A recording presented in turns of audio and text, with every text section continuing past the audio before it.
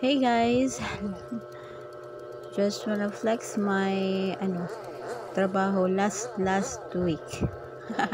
So last week pag ako na siya nga video guys kay lagi wala tay video no, wala na ta naka-upload sa mga nag-video na pod ang person. So naday ta diri karon guys sa garden kay hinlo ta sa ato ang garden sa Alagbatihan kay basta yung kuan na sagbutan na gyud tag-asagas na ang mga sagbot, so kailangan na nato siyang hinluan. So adlong Domingo day na siya guys, and manamig simbaan na buntag hapon naman na siya. So ikapoy naman jud ko, sige na lang og higda-higda, sige na lang jud og kanang lingkod-lingkod or ga cellphone kay lagi gisakitan og ngipon nya gahubag ang mga lagos.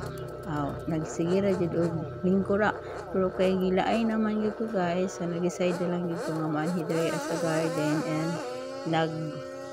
hinloan yung garden diri naglimpisa habang si Daryl kay nag-unsa pa siya, naghatod kay mama dito sa crossing.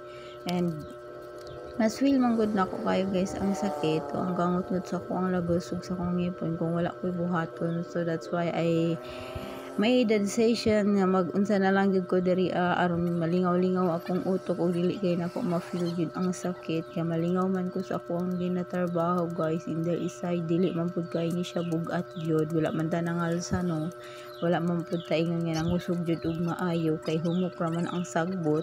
Tapos hinay-hinay ra man pud jud nang ato ang trabaho, basta kay malingaw lang jud in town ta aron dili nato ma-feel jud ang kasakit. Kay kung wala tay buhaton guys, grabe jud feel jud kaayo nako ang pain anya mura kog dili ko mahimutang tungod sa kanang kangot-ngot nga akong gibati jud. So mao na guys nga nag-anhi na lang jud ko diri sa garden, ako na lang jud nang gihinluan, human ako siya og limpisa ko anong mga sagbot.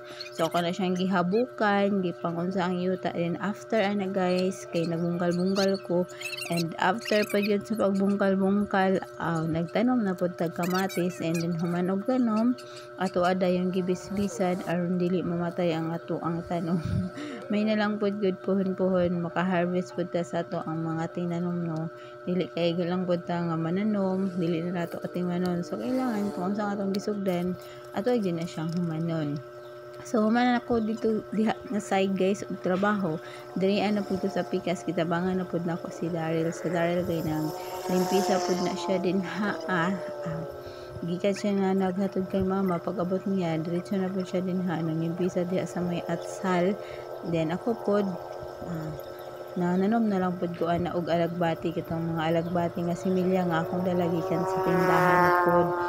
Mo ana siya pod siyang gitanom guys, ara na pod tayo ma-harvest, di ba? Kay may na lang naapod tayo paabuton pod puhon-puhon.